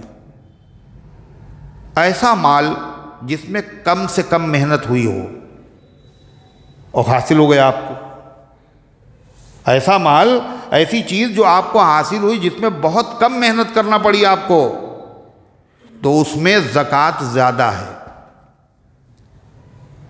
جیسے کسی کو خزانہ مل گیا اور لوگ اس کی تلاش میں رہتے ہیں، کہیں نکل آئے دفینہ خزینہ، کہیں خزانہ نہیں مل گیا کسی کو، بغیر محنت کے، بغیر مشقت کے وارے نیارے ہو گئے، تو کیا حکم ہے پتہ ہے آپ کو؟ کہ اس کا 5واں حصہ نکالو۔ کتنا؟ 5واں زیادہ ہوا نہیں ہوا؟ پھر اس کے بعد جو پھل ہے، کھیتی ہے، اس میں تم نے محنت کی ہے، مگر اس میں بھی 2 طرح کی کھیتیاں ہیں۔ ایک کھیتی اور باغ وہ ہیں جس میں آپ کو بہت محنت کرنا پڑتی ہے، صفائی ہے، اور اس کے علاوہ پانی لگانا ہے، نہر سے پانی لگانا ہے، گڑھے کھودنا ہے۔ اور بعض ایسے علاقے ہیں جہاں پر آپ کو پانی وانی کچھ نہیں لگانا ہے، بس بارش ہوئی قدرتی اور پیدا ہو گئے۔ جہاں بارش ہوئی خود سے اور پیداوار ہو گئی، اس میں محنت کم ہے نا، مگر اس سے زیادہ ہے کس سے؟ خزانے کے مقابلے میں زیادہ ہے۔ تو شریعت نے کیا کہا؟ اب اس کا آدھا، اس میں 5 تھا، اس میں آدھا کتنا ہوا؟ 10واں۔ اس میں 10واں نکالو۔ اور جو تیسری شکل ہے جس میں بڑی محنت کی ہے آپ نے، بڑے مجاہدے کیے ہیں، پانی بھی آپ ہی نے لگایا کنویں سے، اور اس کا ٹیکس بھی آپ نے ادا کیا، بڑی محنت کی ہے، اور دولت، روپیہ، پیسہ جو آپ نے کمایا ہے، تو کیسے کمایا؟ کہیں رکھا ہوا تھا اٹھا لائے؟ ارے رکشے چلا کر کے، مزدوری کر کے، کیسے کیسے جمع کیا ہے، بڑی محنت کی ہے۔ تو اس میں کیا کہا؟ اگر اس میں پیداوار ہو گئی، کیسے ہو گئی؟ بارش کے پانی سے ہوئی تو 10واں، 5ویں کا آدھا 10واں۔ اور اگر جو ہے وہ تم نے پانی خود لگایا تو اس کا بھی آدھا، 10ویں کا آدھا کتنا ہوا؟ 20واں، ہے نا۔ اب اس کے بعد یہ جو تم نے دولت کمائی ہے، خون پسینہ بہایا ہے، جس کے لیے پورے رات بھر جاگے ہیں، پورے مہینے، پھر آپ کو تنخواہ ملی ہے، اس میں محنت سب سے زیادہ ہے۔ تو اس میں کیا کہا؟ 20ویں کا بھی آدھا، 20ویں کا آدھا کتنا ہوا؟ 40واں۔ دیکھا آپ نے نظام الہی؟ ارے ہے بندے کی کتنی رعایت، اللہ اسی کو فرما رہا ہے۔ تو کھاؤ، مگر کھانے کی شرط کیا ہے؟ وَآتُوا حَقَّهُ يَوْمَ حَصَادِهِ، اور دے دیا کرو اللہ تعالیٰ کا حق اس کی کٹائی کے دن، اس کے توڑے جانے کے دن، ایک شرط۔ دوسری شرط وَلَا تُسْرِفُوا، اور حد سے آگے مت بڑھو۔ اللہ کا حق دینے میں بھی حد سے آگے مت بڑھو۔ کہنے گھر میں ایک پھل نہیں آئے گا، سب کا سب خیرات کر دیا، کہیں حد سے آگے بڑھنا ہے۔ کیوں؟ اس لیے کہ مسلمان پر خالی اللہ ہی کا حق تھوڑی ہے، ارے اللہ کے بندوں کا بھی تو ہے، گھر والوں کا بھی تو ہے، بیوی بچوں کا بھی تو ہے۔ ایک کا حق مار دیا، ایک کا حق ادا کیا، اور باقی یہ اسراف ہے۔ فرما وَلَا تُسْرِفُوا إِنَّهُ لَا يُحِبُّ الْمُسْرِفِينَ، اللہ تعالیٰ کو حد سے آگے بڑھنے والے پسند نہیں ہیں۔ پھر فرمایا جس طریقے سے کھیتیاں کئی طرح کی ہیں، فرمایا اسی طریقے سے جانور بھی 2 طرح کے ہیں، جانور بھی دو طرح کے، کون کون؟ وَمِنَ الْأَنْعَامِ حَمُولَةً وَفَرْشًا، اور جانوروں میں سے بعض وہ ہیں جو جن کا قد اونچا ہوتا ہے، جیسے اونٹ، بھینس، گائے، اور بعض وہ ہیں جن کا قد چھوٹا ہوتا ہے، جیسے بکری، دمبے۔ فرمایا وَمِنَ الْأَنْعَامِ حَمُولَةً وَفَرْشًا، اور اللہ نے جانور بھی بنائے، کیسے؟ حمولہ، اونچے قد والے، فرشاں، چھوٹے قد والے۔ اور تمام ان جانوروں کے بارے میں خدا نے بنائے، خدا نے پیدا کیے، بندوں کے لیے بنائے، جیسے پھل اللہ نے پیدا کیے، کھیتی اللہ نے پیدا کی، کھانے کی اجازت دی، ایسے ان جانوروں کے بارے میں کیا کہا؟ کُلُوا مِمَّا رَزَقَكُمُ اللَّهُ، کھاؤ اس میں سے جو اللہ نے تمہیں عطا فرمایا ہے۔ کسی کے کہنے سے، بغیر سند کے کہنا یہ جانور کھانا جائز نہیں ہے، اور یہ مرد کھا سکتے ہیں، اور یہ عورت کھا سکتی ہے، اس کو فلاں نہیں کھا سکتا، فلاں نہیں کھا سکتا، یہ بغیر سند کے کسی حلال چیز کو حرام کرنا کیا ہے؟ یہ شیطانی طریقہ ہے۔ پیدا جس نے کیا اسی کو حلال حرام کرنے کا اختیار ہے۔ اگر کسی آدمی نے اپنی طرف سے حلال و حرام کیا، اس کا مطلب یہ ہے وہ بندہ ہے مگر خدا بننا چاہتا ہے۔ اللہ فرماتا ہے کُلُوا مِمَّا رَزَقَكُمُ اللَّهُ، کھاؤ اس میں سے جو اللہ نے تمہیں عطا فرمایا، وَلَا تَتَّبِعُوا خُطُوَاتِ الشَّيْطَانِ، اور شیطان کے نقش قدم پر مت چلو۔ شیطان کے نقش قدم پر چلنا کیا ہے؟ اللہ نے بنایا حلال اور خود کر دیا حرام، کسی کا کہنے سے حرام کر دیا۔ یہ کون کروا رہا ہے؟ شیطان، تاکہ دنیا میں بھی محروم رکھے۔ بھائی جب حرام ہو گیا تو کھانے سے محروم رہا، فائدے سے محروم رہا دنیا میں، اور آخرت میں چونکہ حلال کو حرام کیا تھا تو سزا بھی ملے گی۔ اللہ تعالیٰ فرماتا ہے وَلَا تَتَّبِعُوا خُطُوَاتِ الشَّيْطَانِ، اور شیطان کے نقش قدم پر مت چلو۔ کیوں؟ إِنَّهُ لَكُمْ عَدُوٌّ مُّبِينٌ، وہ تمہارا کھلا ہوا دشمن ہے۔ ثمانیۃ ازواج من الذَّانِ اثْنَيْنِ ومن المعز اثْنَيْنِ، اللہ فرماتا ہے 8 قسم کے جوڑے ہیں جو اللہ نے انسانوں کے لیے بنائے ہیں، حلال ہیں ان جانوروں کو کھانا پینا۔ عام طور پر وہ کون کون سے سنیے؟ فرما ثمانیۃ ازواج، 8 قسم کے جانور ہیں، جوڑے ہیں، من الذَّانِ اثْنَيْنِ، بھیڑ اور دمبے میں 2 طرح کے، کون کون؟ نر اور وَمِنَ الْمَعْزِ اثْنَيْنِ، اور بکری میں 2 طرح کے، نر اور مادہ۔ یہ تو جوڑا ہوا۔ پھر اللہ فرماتا ہے ان سے پوچھو قُلْ آلذَّكَرَيْنِ حَرَّمَ أَمِ الْأُنثَيَيْنِ، یہ بتاؤ کہ نر اللہ نے حرام کیے ہیں یا مادہ؟ ان سے پوچھو أَمَّا اشْتَمَلَتْ عَلَيْهِ أَرْحَامُ الْأُنثَيَيْنِ، یا اللہ نے وہ جانور حرام کیا ہے جو مادائیں اپنے پیٹ میں رکھے ہوئے ہیں۔ اللہ نے کون سا حرام کیا ہے؟ پوچھو ان سے۔ اللہ ہی نے پیدا کیا، وہی جس کے بارے میں کہے حرام ہے وہ حرام ہے، جس کے بارے میں کہے حلال ہے وہ حلال ہے۔ تم ہی نے کیا کہا؟ اگر مادہ کے پیٹ میں جو بچہ ہے اگر وہ زندہ نکل آئے تو مرد کھا سکتے ہیں، عورتوں کے لیے حرام ہے نا، اور اگر مردہ نکلے سب کے لیے حلال۔ تو یہ ان سے پوچھو کہ یہ جو ہے اللہ نے حرام کیا یا تم حرام کر رہے ہو؟ کیا کہا اللہ تعالیٰ نے؟ قل، آپ پوچھئے آلذَّكَرَيْنِ حَرَّمَ أَمِ الْأُنثَيَيْنِ، کیا اللہ تعالیٰ نے ان دونوں نروں کو حرام کیا ہے؟ أَمَّا اشْتَمَلَتْ عَلَيْهِ أَرْحَامُ الْأُنثَيَيْنِ، یہ دونوں ماداؤں کو یا اس بچے کو جس کو دونوں مادہ اپنے پیٹ میں لیے ہوئے ہیں۔ یہ حلال و حرام کا مسئلہ ہے، یہ اپنی مرضی اور ذہن سے نہیں ہوگا۔ نبئونی بعلم ان کنتم صادقین، مجھے بتاؤ، مجھے خبر دو کسی دلیل کے ذریعے سے، اگر تم اپنے دعوے میں سچے ہو یہ حرام ہے یہ حلال ہے، تو حرام و حلال کا حق اللہ کو ہے۔ اللہ نے کہاں لکھا ہے یہ حرام ہے اور یہ حلال ہے؟ مجھے بتاؤ۔ وَمِنَ الْإِبِلِ اثْنَيْنِ وَمِنَ الْبَقَرِ اثْنَيْنِ، اور اونٹ میں بھی 2 قسمیں ہیں، کون؟ نر اور مادہ۔ وَمِنَ الْبَقَرِ اثْنَيْنِ، اور بھینس اور گائے میں بھی 2 قسمیں ہیں، نر اور مادہ۔ ان سے پوچھئے، انہوں نے بحیرہ کسی کو بنا دیا، سائبہ بنا دیا، وسیلہ بنا دیا، جانوروں کو انہی میں سے، اور کہا ان کا کھانا حرام ہے، ان کا دودھ حرام ہے، ان کی سواری حرام ہے، تو ان سے پوچھو یہ تو اللہ نے بنائے ہیں نا۔ پھر اللہ فرماتا قل، پوچھئے ان سے، الذکرین حرم ام الانثیین، اللہ تعالیٰ نے ان دونوں کے نر کو حرام کیا ہے یا ان دونوں کی مادہ کو حرام کیا ہے؟ اما اشتملت علیہ ارحام الانثیین، یا اس بچے کو اللہ نے حرام کیا ہے جس کو ان دونوں کی مادہ اپنے پیٹ میں لیے ہوئے ہیں۔ اللہ فرماتا ہے حلال و حرام اپنی مرضی سے نہیں ہوتا، سند پیش کرو، دلیل۔ دلیل کہاں ملے گی؟ اللہ براہ راست تو بات کرتا نہیں، پھر کیسے اپنا حکم بتاتا؟ نبیوں کے ذریعے سے، آسمانی کتابوں کے ذریعے سے۔ کسی آسمانی کتاب میں لکھا ہوا ہو تو ہم مان لیں، کسی نبی نے کہا ہو تو ہم مان لیں۔ دوسری شکل یہ ہو سکتی ہے کہ اللہ نے حرام کیا ہو اور نبی کے واسطے سے نہیں، کتابوں کے واسطے سے نہیں، بلکہ براہ راست تمہیں سے، براہ راست اللہ نے تمہیں سے کہا ہو کیا یہ حلال ہے یہ حرام ہے۔ اس کی بھی کوئی دلیل ہو تو پیش کرو۔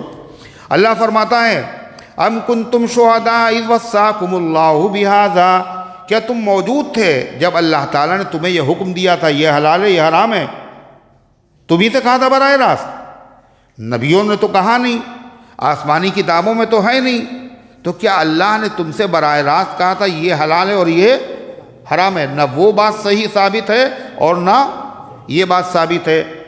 پھر فرمایا فمن اظلم ممن افترى علی اللہ کذبا، اس سے بڑا ظالم کون ہوگا جو اللہ پر جھوٹ گڑھے۔ اللہ نے حلال کیا اور کہے حرام، اللہ نے حرام کیا اور کہے حلال۔ اللہ فرماتا لیضل الناس بغیر علم، یہ کام کاہے کے لیے کرے؟ تاکہ لوگوں کو گمراہ کر دے بغیر کسی علم کے۔ ان اللہ لا یہدی القوم الظالمین، اللہ ظالم لوگوں کو ہدایت نہیں دیتا، جنت کا راستے پر چلنے کی توفیق نہیں عطا فرماتا۔ اللہ ان گزارشات کو قبول فرمائے، عمل کرنے کی